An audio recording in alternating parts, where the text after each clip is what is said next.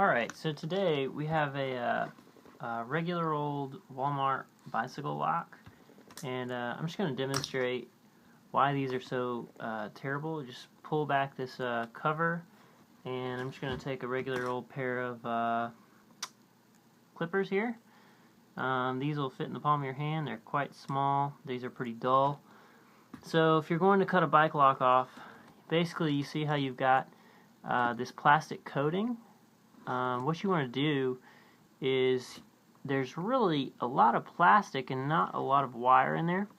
So we want to get to the wire. So we're just going to pick a spot somewhere in the lock. I'm going to go down here so I can just kind of hold on to this side. And basically you cut through the plastic. Might take a couple snips. You see how it just kind of deforms it there? What we want to do is we want to cut around the plastic. So I'm just going to work around in a circle real quick. 5, 4, 3, 2, 1. Okay. Now I'm just going to bend that plastic back so you can see it. Alright. Now these layers are not very thick, and you can see I've already started to trim through a couple of the metal layers. So here's what we're going to do. I'm just going to take my little snippers here, and the key is not to just squeeze and hold down as hard as you can, but the key is to just take little tiny bites. So I'm going to snip, snip, just little bites. Snip. Oh, and look at that. I'm getting through little tiny cables, just one at a time. And what makes these things so strong is strength in numbers. And so all these individual little tiny strands, when you just go at them a few at a time, they're really not nearly as strong as the cable altogether. So you can also do this sort of technique where you wobble back and forth. And what that does is it basically gives you different cables to cut. So I'm going to try the wobble back and forth technique with a big bite. See how I got it right there?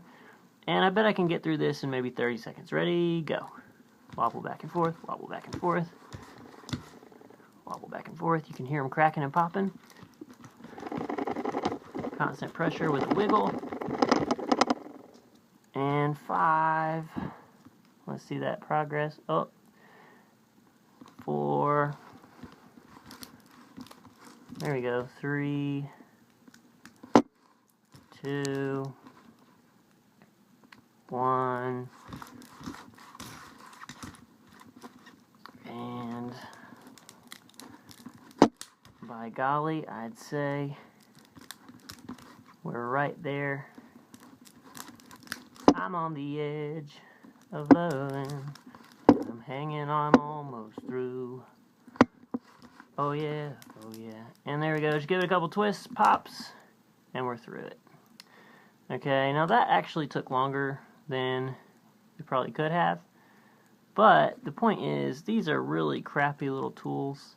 But if I can get through that with that tool, then geez Louise, heaven help us, because a bike with a cheap lock is easy to steal. So the good rule of thumb is buy a bike lock that's about 10% of the cost of your bike, and maybe just insure it, and then don't lock them up in a place where you're going to have some obvious thieves breaking in.